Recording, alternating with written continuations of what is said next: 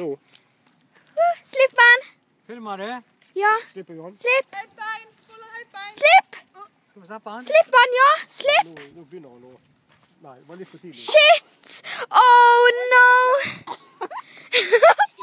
OK, greit. Det var litt for tidlig. Ja, snart.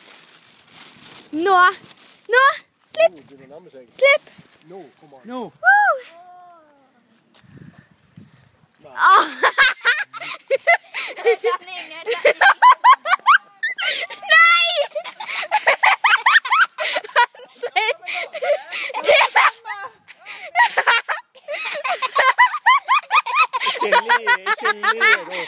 Jeg har dette på film.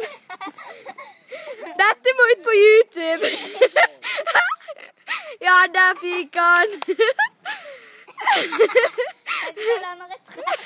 Nei!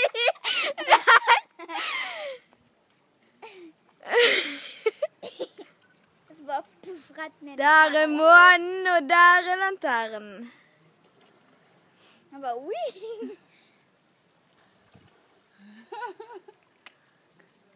Og så bare,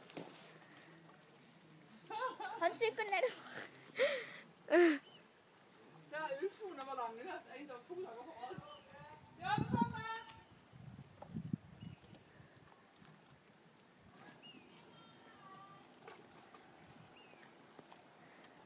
Wow, nå går han opp. Og så høyt nå.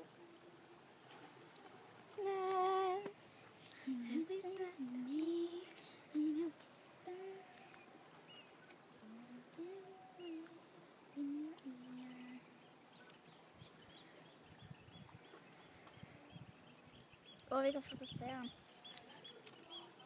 Nå er det så vidt. Der. Han har slakt. Ja. Nå er det en svart prikk som fyker nedover himmelen. Jeg kan ikke se han. Vi kan ikke se den her på kameraet, men den er der. Ja. Åh, Melodi Grand Prix Norge!